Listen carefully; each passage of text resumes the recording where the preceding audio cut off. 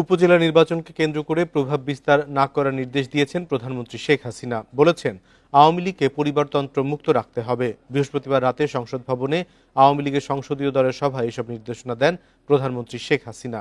ঘণ্টাব্যাপী বৈঠকে সভাপতিত্ব করেন শেখ হাসিনা। বিকাশে কম খরচে ক্যাশ আউটের লিমিট বেড়ে 50,000, প্রিয় এজেন্টও 2টা।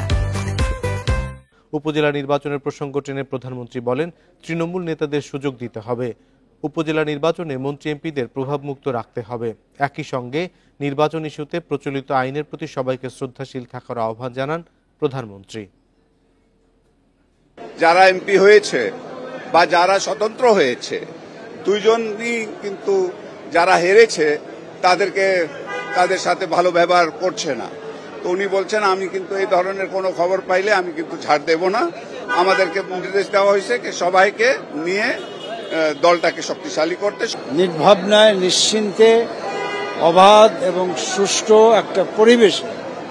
সুতরাং সেই কারণে আমরা মনে করি যে কোনো ক্ষমতাধর মানুষ এই নির্বাচনে তার প্রভাব বিস্তার থেকে বিরত থাকবে।